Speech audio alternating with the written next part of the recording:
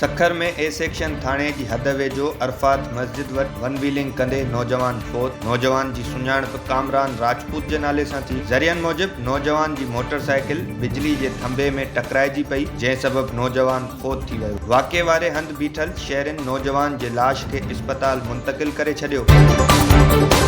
शहदादपुर वेझो रोड़ी केनाल जी बाकर मोरी वटि हिकु शख़्स जो तशद्दुद थियल गोली लॻल लाश हथ पुलिस खे इतला ॾियण बावजूदि वाक़े जी जांच खां लातालुकी जो इज़हार करे छॾियो। आख़िरी इतलान ताईं लाश वाक़े वारे हंधि पयल हो।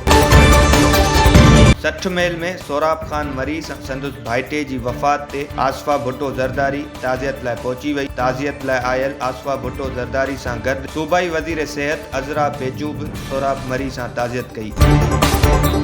नवाबशाह में शहीद बेनज़ीर भुट्टो जनरल यूनिवर्सिटी इंतज़ामिया पारां यूनिवर्सिटी फैकल्टी खे धमकाइण, शागिर्दनि खे मार कुट करण समेत यूनिवर्सिटी जी शयुनि खे नुक़सान पहुचाइण ते 16 शागिर्दनि जी दाख़िला मुअतल कई वई आहे। नोटिफिकेशन मूजिब 16 शागिर्दनि पारां यूनिवर्सिटी जी फैकल्टी सां बदतमीज़ी करण समेत यूनिवर्सिटी जे ज़ाब्तनि जी भञकड़ी ऐं मासूम शागिर्दनि जा मथा फाड़ण जे इल्ज़ाम हेठि 16 शागिर्दनि जी दाख़िला मुअतल कई वई आहे। नोटिफिकेशन में ॼाणायल शागिर्दनि में अमीर अली, तौहीद रिंद, सागर जमाली, शौकत गलो, शबीर राजपर, गुलाब पठान, हसनैन शेख ऐं शोएब ज़रदारी समेत ॿिया शामिल आहिनि।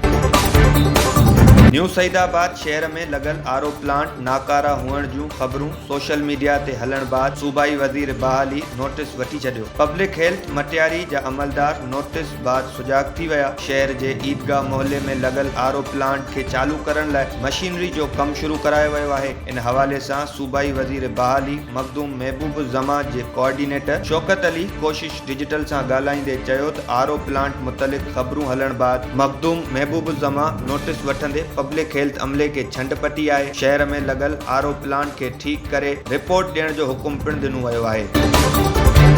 ॿिए पासे न्यू सईदाबाद भरिसां रोड़ी केनाल में लुढ़ंदड़ लाश नज़र आयो। इतला ते पुलिस ऐं इंतज़ामिया केनाल मां लाश न कढियो। तफ़सील मूजिब न्यू सईदाबाद वेझो मतल मोरी वटि केनाल में नामालूम लाश लुड़ी रहियो हो। ॻोठाणनि जी इतला बाद पुलिस लाश कढण लाइ वाक़े वारे हंधि न पहुती।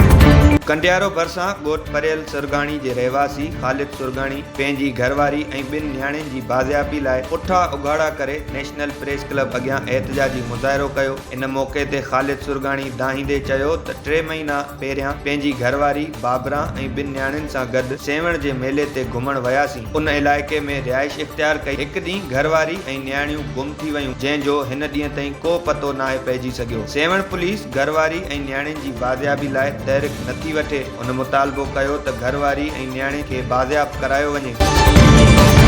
दाद लगारी वेझो ॻोठ सरफराज़ लगारी में गुज़िरियल ॾींहुं ड्रोन हमले अंदरि शहीद थींदड़ नौजवान ऐं ज़ख़्मी थींदड़ फोती जे पीउ ईदन लगारी सां पीपी शहीद भुट्टो जे चेयरमैन जूनियर ज़ुल्फ़कार अली भुट्टो संदसि ॻोठ पहुची ताज़ियत कई। जूनियर ज़ुल्फ़कार अली भुट्टो मीडिया सां ॻाल्हाईंदे चयो त शहीद मुख़्तियार लगारी असांजी पार्टी जो असासो हो, जंहिं पंहिंजे मुल्क लाइ जान जो नज़रानो ॾिनो आहे। भारत ड्रोन हमलनि ज़रिए ख़ौफ़ बखेड़णु चाहे थो, जेका बुज़दिली जी अलामत आहे। पाक फ़ौज भारतीय हमलनि जी मुंहुं तोड़ जवाबी कार्रवाई करे रही आहे।